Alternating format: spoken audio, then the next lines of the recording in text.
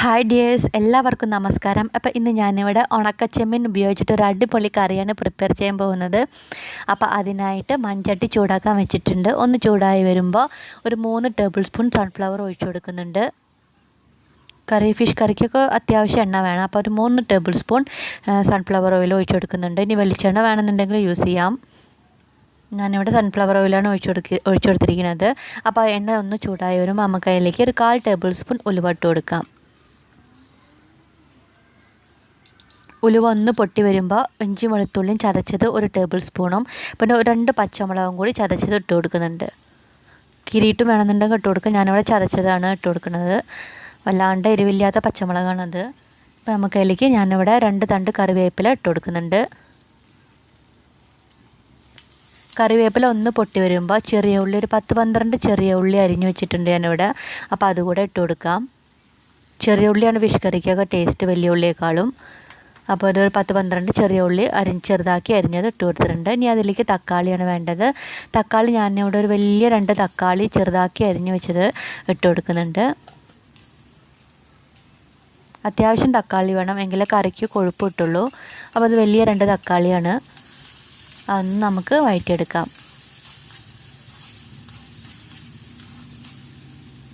അടച്ചു വെച്ചിട്ട് ഒരു 5 മിനിറ്റ് വേവിച്ചെടുക്കാം. എന്നാൽ പെട്ടെന്ന് അത് വഴന്ന് കിട്ടും.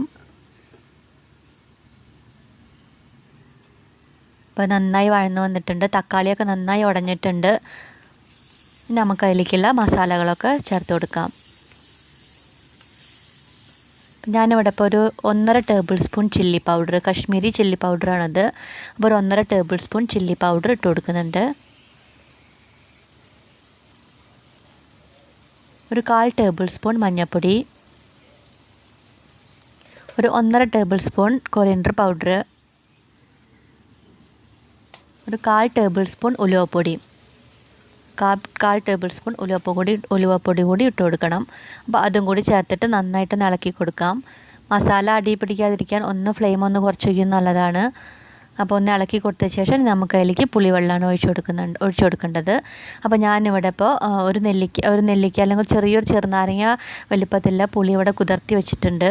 അപ്പോൾ അത് നന്നായിട്ടൊന്ന് പിഴിഞ്ഞിട്ട് നമുക്ക് ഒഴിച്ചു കൊടുക്കാം.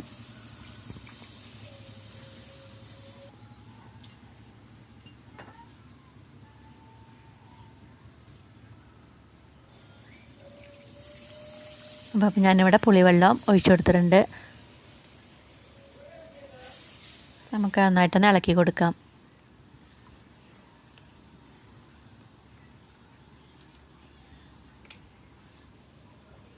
കുറച്ചുകൂടെ വെള്ളം ഒഴിച്ചു കൊടുക്കുന്നുണ്ട്.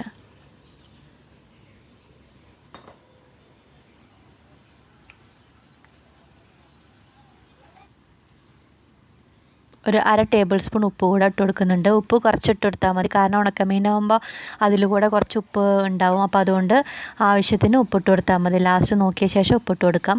നമുക്ക് നന്നായിട്ട് ഇതൊന്ന് തിളപ്പിച്ചെടുക്കണം. അപ്പോൾ അത് നന്നായി തിളച്ചിട്ടുണ്ട്. ഇതുപോലെ നന്നായി തിളച്ച് വരുന്ന സമയത്ത് നമുക്കതിലേക്ക് ഞാനിവിടെ ഉണക്കച്ചെമ്മീൻ ഒരു 100 ഗ്രാം ഉണക്കച്ചെമ്മീൻ കഴുകി വൃത്തിയാക്കി വെച്ചിട്ടുണ്ട്. അപ്പോൾ നമുക്കിനി അത് ഇട്ട് കൊടുക്കാം. ചെമ്മീൻ ഇട്ട് കൊടുക്കാം.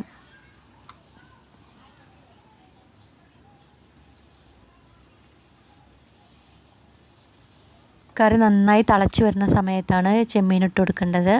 അപ്പോൾ ചെമ്മീൻ ഇട്ട് കൊടുത്ത ശേഷം നമുക്ക് നന്നായിട്ടൊരു 10 മിനിറ്റ് നന്നായിട്ട് അടച്ച് വെച്ച് തിളപ്പിക്കണം. കറി ഒന്ന് കുറുകി വരുന്ന വരയ്ക്കും തിളപ്പിക്കണം. നമുക്ക് അടച്ച് വെച്ചിട്ട് തിളപ്പിക്കാം. ഇടയിൽ വേണമെങ്കിൽ ഒന്ന് ഉപ്പ് നോക്കാം. ഉപ്പ് വേണമെന്നുണ്ടെങ്കിൽ ഇട്ട് കൊടുക്കാം.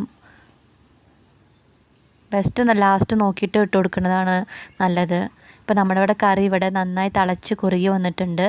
മൺചട്ടി ആകുമ്പോൾ ഒന്നും കൂടി അതിരുന്ന് കുറുകും. അപ്പോൾ എനിക്ക് ഇവിടുത്തെ കൺസിസ്റ്റൻസി കറക്റ്റാണ്.